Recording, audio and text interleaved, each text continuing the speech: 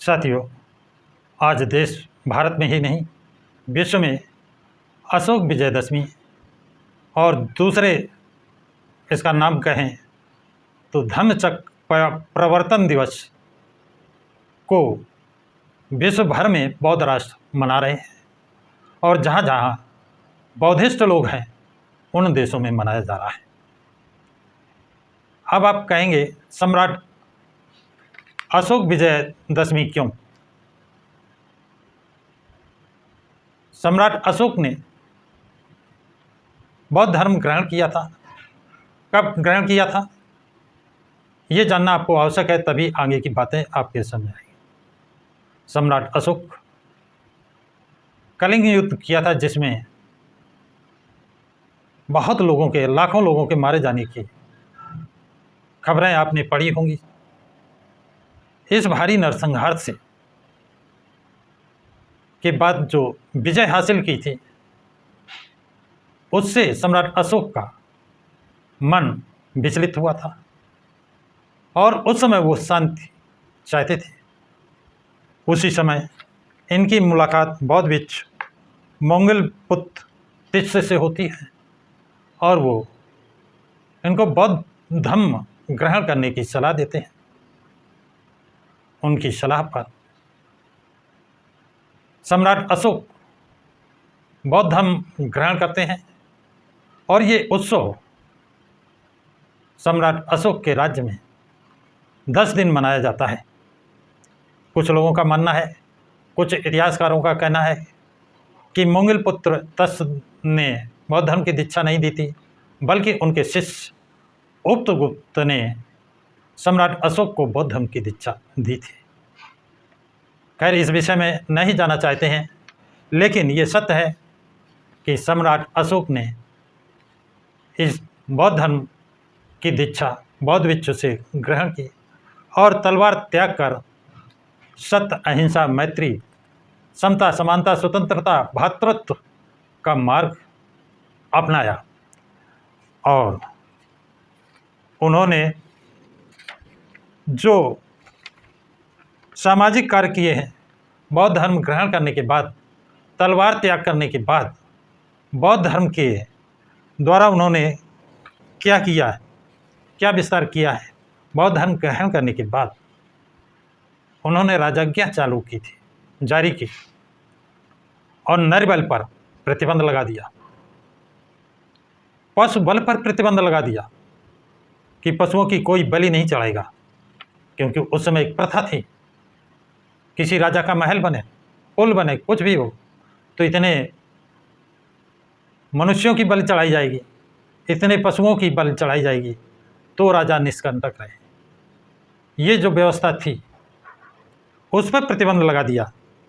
समता, स्वतंत्रता, भ्रातृत्व को महत्व दिया।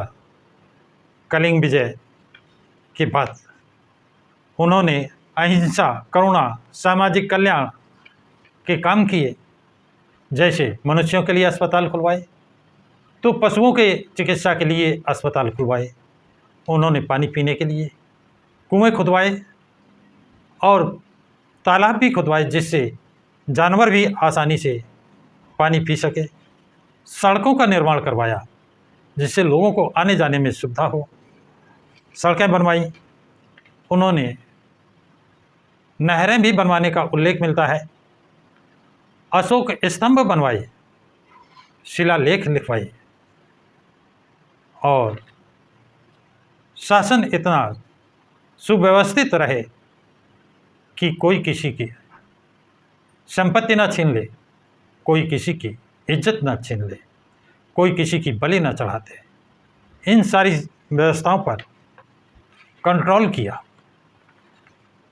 और बौद्ध धर्म के प्रचार प्रसार के लिए भारत ही नहीं, उन्होंने अपने राज्य में ही नहीं, अन्य देशों में प्रचारक भेजे। सीलोन में अपने पुत्र और पुत्री को प्रचार के लिए भेजा।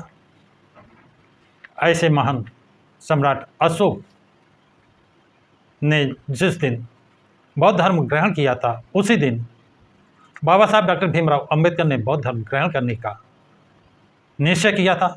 इसलिए 1935 में उन्होंने घोषणा की थी कि मैं हिंदू धर्म में पैदा हुआ, ये हमारे बस की बात नहीं थी, लेकिन मैं हिंदू धर्म में मरूंगा नहीं, ये हमारे बस की बात है। और 1936 में जो जाति तोड़क मंडल में लाहौर में बाबा साहब को भाषण देना था, उसमें भी उन्होंने स्पष्ट किया था, मैंने तो हिंदू धर्म छोड़ने का मन बना लिया है, अब मैं हिंदू नहीं रहूँगा। तो लेकिन उनको 20 साल क्यों इंतज़ार करना पड़ा, यह एक महत्वपूर्ण प्रश्न है जिसे आप जरूर जानना चाहेंगे। साथियों, सम्राट अशोक ने